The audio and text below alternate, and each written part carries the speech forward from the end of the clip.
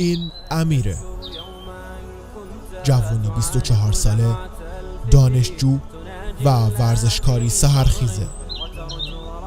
به بدنسازی و تناسب اندام خودش هم اهمیت زیادی میده.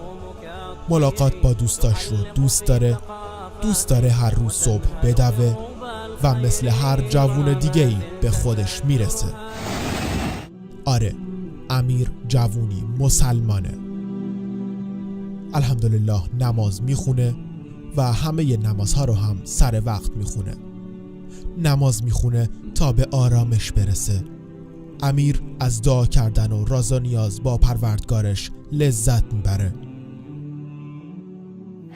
میدونی چند وقت ندیدم تازم اما مثل خیلی از مسلمون ها امیر هم اشتباهات و عیب‌هایی داره. امیر بعضی وقتها چیزهایی میگه و کارهایی میکنه که نباید انجام بده.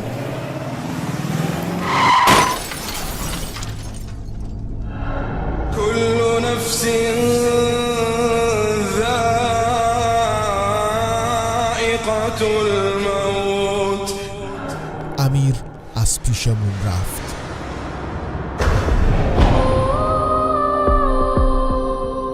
هیچ کس انتظار همچون چیزی رو نداشت. منظورم اینه که مرگ بدون هیچ گونه مقدمه و یا اطلاع قبلی به سراغش اومد. اما فکر میکنم زندگی به همین منواله، همیشه شروع میشه و خیلی سریع به پایان میرسه. اما واقعاً آیا وقتی که انسان میمیره همه چیز تموم میشه؟ امروز با هم سفری به آخرت میکنیم.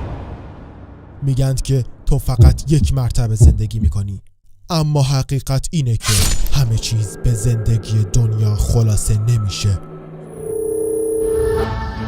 همه چیزهایی که ما فکر میکنیم دیگه تموم شده هنوز تموم نشده. هر کاری که امیر در این دنیا انجام داده سرنوشت زندگی پس از مرگش رو رقم میزنه.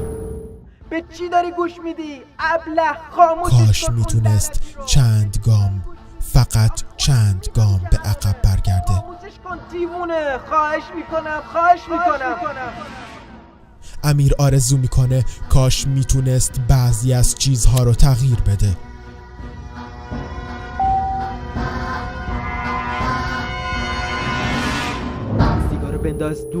بندازش دور. امیر میدونه که در مورد اونچه با بدنش انجام داده مورد محاسبه قرار میگیره. سیگارو بندازش دور. هیچ سودی واسط نداره. داره عمرت تموم میشه. و همچنین آرزو میکنه کاش وقت بیشتری رو واسه درست انجام دادن کارهایی که در آینده سود بیشتری واسش داشتند میذاشت.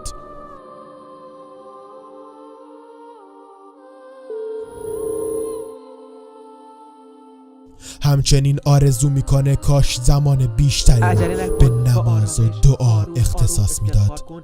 آرزو میکنه کاش نمازاشو با عجله به پایان نمیرسوند. صبر کن. ای خدا. امیر آرزو میکنه کاش در غلبه بر تمایلات جنسی و شهواتش قوی تر عمل میکرد. نه فقط خودم و خودت. خفه شو.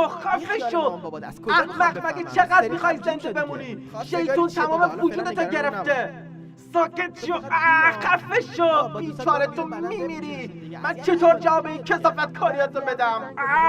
امیر پشیمونه که کاش زندگیش رو با پافشاری بر انجام گناه به پایان نمیبرد.